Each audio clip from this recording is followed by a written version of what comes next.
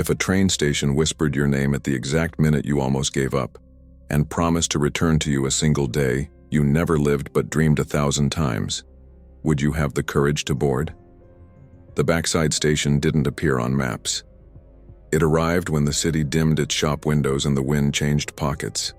Elias found it on a night of exhaustion, when the lights at home seemed to judge him, and the silence was stiff as starched cloth. He walked without aim to the old square, and there it was, a narrow platform, rails shining in an old-fashioned way, a clock stuck at a 4:11, and a crooked enamel sign, line of the days that never happened. No one sold tickets, no one announced arrivals. There was only a wooden bench, a glass booth, a bell that exhaled mist, and a woman in a navy coat sitting like someone keeping a borrowed secret. "You're late and perfectly on time," she said, rising. "Happens to everyone who gets here." "I just walked," Elias said, embarrassed by the smell of midnight on his clothes. "I didn't know there was a place like this." "Most don't," she smiled sideways. "I'm Maya, curator of departures that almost were, and Yuri, a man who collects almosts the way some people collect bottle caps." Elias almost laughed, almost cried, almost turned back. Instead, he nodded. His shelf held many almosts. He almost called his father before the exam, almost apologized to his sister, almost told the woman he loved I'll stay before leaving her at the airport, almost learned his mother's recipe, almost finished the book, almost started living with his whole body. "What is this line?" he asked, bent between skepticism and wanting. "A single journey," Maya said, pointing at the glass booth. "A train comes when the clock refuses to move and the air turns warm without reason. You board and receive one day that never happened in your world but lives in your longing. It isn't past or future. It's the bridge day between what was missing and what can begin. There are rules." From the booth's wall, a poster slid down as if tired of hanging. Rules of the line of days that never happened. 1. One passenger, one day. 2. You may enter with one question and return with one decision. 3. Nothing that was will be rewritten. The bridge day only changes how you come back. Upon return, pay with something you usually deny yourself. 5. If you promise the living, keep it. If you promise the dead, live. "And the price?" Elias asked. "What you always postpone," Maya said. "Rest, courage, tenderness, spoken words. Whatever your overdue tax of humanity is." A warm breath crossed the platform. The clock at 04:11 cleared its throat. From the rails, without iron noise, a 3-car train glided in, yellow-lit, smelling like a book kept in a drawer. The door opened as if it had been opening forever. "What's your question?" Maya held his gaze so he wouldn't fall from his own height. He thought of the woman he watched leave with a rolling suitcase and a hunger for the world, bigger than their apartment. He thought of his father, a man of few words trying to say, "Come home early," with one hand in his pocket. He thought of his sister, who cracked her pains until they went mute. He thought of his own heart, which ignored the career clock and obeyed the sound of simple things. "My question is, how do I stay?" he said, surprised by the verb he chose. Not how do I win, not how do I convince, how do I stay? "Good question," Maya said, satisfied like a tailor smoothing a hem. "The train accepts it." Elias stepped aboard. The car didn't have rows of seats, it had tables with worn cloths, shelves of humble porcelain, a corridor that felt like a hallway in an old house. A little bicycle bell hung from the ceiling, and every time the train took a curve it chimed in a nearly human way. At the first table sat his father, not as he was at the end, but mid-story, patchy beard, plaid shirt his mother hated, eyes of a man who didn't know how to show love without bad jokes. "So this is it?" his father muttered, staring at a glass of juice as if it were whiskey. "You only come when a train invents itself?" "I didn't know how to show up," Elias admitted. "I wait for the right anthems, the right dates, the right speech. They never fit." "They didn't fit in my pocket either," his father said. "Learn to appear crooked, son. We fix it after." On the shelf, a ceramic bowl waited to be recognized. Elias knew it. a crescent chip on the rim. His father tilted his head toward a little kitchen at the back. "Make rice the way your mother did," he said. And Elias laughed because he never got it right. His father laughed too, and in that laugh lived 1,000 come-home-earlies. Another curve, another chime. At the second table sat his sister Lara, in an old school shirt, hair tied the way she did when she didn't want the world to touch her. A stack of letters lay in front of her, all unstamped. "I wrote them and didn't send them," she said before he could ask. "Letters to versions of me I never had the courage to be. Were you ever the age you wanted?" "I kept postponing my age," Elias confessed. "I got old on the inside doing it." She slid one letter to him. "You have permission to be gentle with what in you isn't ready yet." Elias read it aloud like medicine with a calm taste.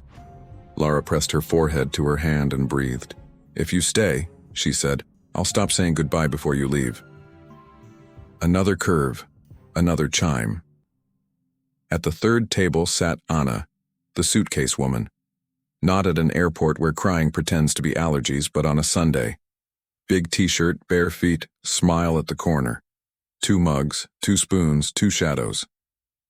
"I didn't come to ask for anything," she said before his guilt could write a monologue. "I came to say love doesn't hold suitcases. It holds hands. If your hand always points to the clock, I leave without being pushed. I come back if your hand learns to make a roof." "How do I stay, Anna?" Elias asked, fear and desire sharing a last name. She smiled like someone pointing to a map on the wall.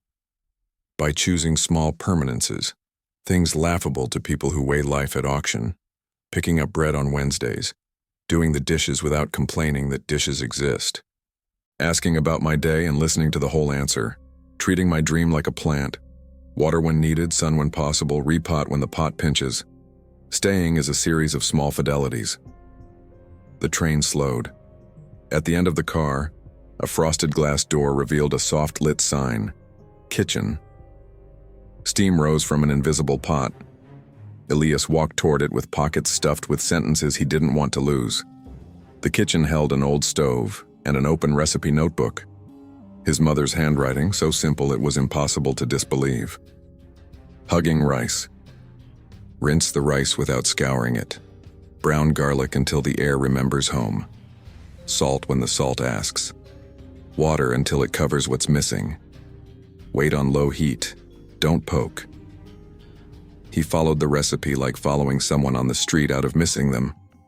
While he waited, he read the note at the bottom. "If it burns, scrape gently. Good parts always remain." He laughed. He found the part that always remains. He served 2 plates. His father tasted like christening. His sister pinched a bite like forgiveness. Anna picked up the fork like 5 more minutes were worth staying. "What will your decision be when you return?"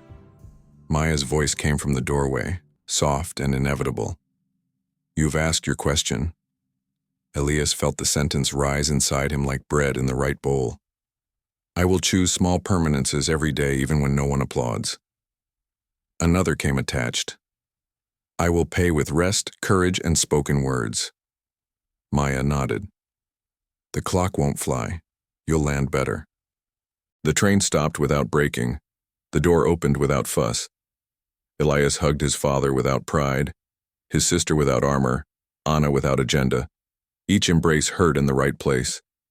He carried with him the smell of garlic, the rustle of unstamped letters, the weight of plain mugs. He stepped back onto the platform with his whole body returned to his body. "The price," Maya reminded him. Elias checked his pockets. He carried 3 invisible coins. A morning of rest he'd promised himself for years and never delivered.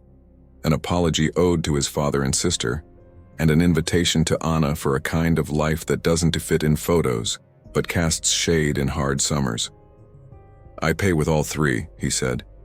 "And with one other thing I lacked. I will stay." Maya smiled. "The world doesn't change when we decide. We change inside it. That's enough." The clock at 4:11 took a single step. The station seemed to approve. Elias walked back along the same street, now smelling like bread that doesn't judge. At home he wrote on a kitchen tile with a wipe-off marker, "Small permanence of the day," and underneath, "Call Dad at 7 p.m., no agenda." He called. His father answered, "Thought you'd fallen off the earth," and laughter became the prayer available. Then he texted Lara, "Pick a day for me to hear you without interrupting."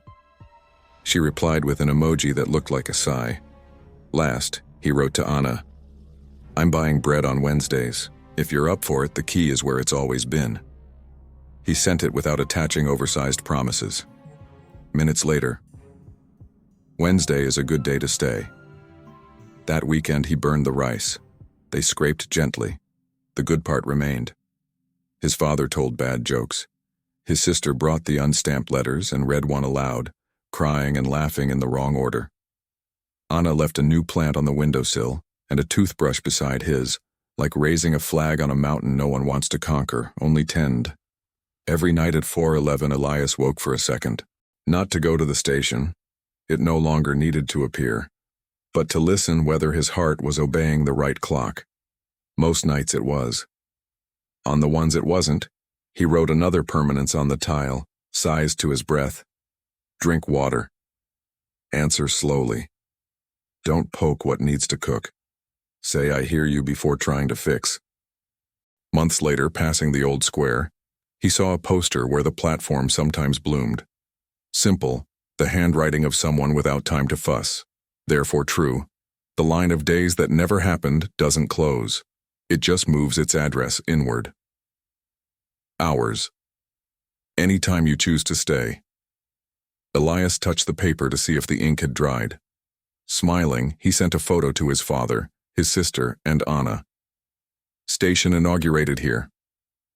He banged a pot with a wooden spoon, calling people to dinner the way you call a train. When everyone arrived, the table felt bigger than the wood allowed. That night no one announced departures. That night they stayed, and that's how, with small gestures and stubborn clocks, a man learns the hardest miracle of all, turning almost into home.